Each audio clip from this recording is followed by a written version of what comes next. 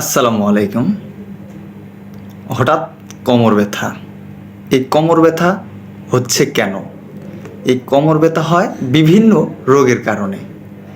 তার ভিতর একটি অন্যতম রোগের নাম হচ্ছে পিএলআইডি। পিএলআইডিটা হচ্ছে প্রোলাপস লাম্বার ইন্টারভার্টিব্রাল ডিস্ক। আমাদের মেরুদণ্ডের যে হাড় আছে, এই হাড়ের মাঝখানে একটি করে ডিস্ক আছে এবং হাড়ের পাশ দিয়ে একটি করে নার্ভ আমাদের পায়ের গোড়ালি পর্যন্ত পৌঁছে গেছে।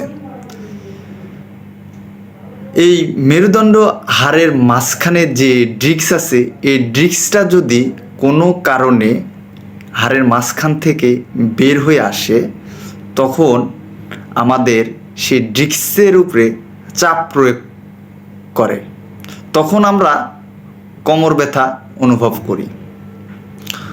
এই পিএলআইডির রোগের লক্ষণ হচ্ছে কোমরে ব্যথা করবে। ব্যথা কোমর থেকে পায়ের গোড়ালি পর্যন্ত এক সাইডে পৌঁছে যাবে। পায়ে ঝিঝি ধরতে পারে, শিরশির অনুভূতিও হতে পারে। অনেকেই বলে পা চাবাচ্ছে, আবার সামনে ঝুঁকে কাজ করতে গেলে প্রচণ্ড পরিমাণে ব্যথা করবে এবং সামনে ঝুঁকে কাজ করতে সক্ষমতা হারিয়ে ফেলবে। রোগী বেশিক্ষণ হাঁটতে বা দাঁড়িয়ে থাকতে পারবে না। এই পিএলআইডি অর্থাৎ প্রোলাপস লাম্বার ইন্টারভার্টিব্রাল ডিস্কের অনেক জটিলতা আছে।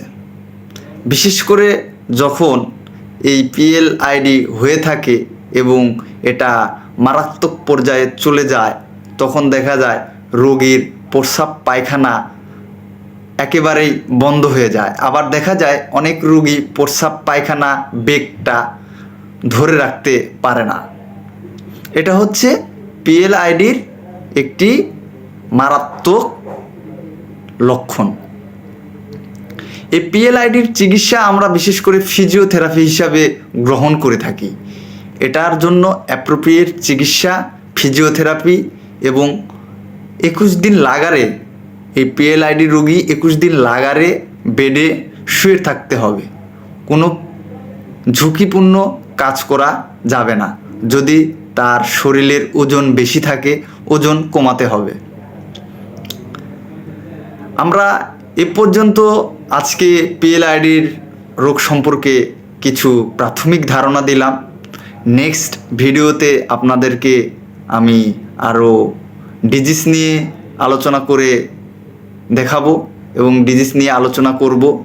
সবাই আমার পাশে থাকবেন, আমাকে সাপোর্ট করবেন। আল্লাহ হাফেজ।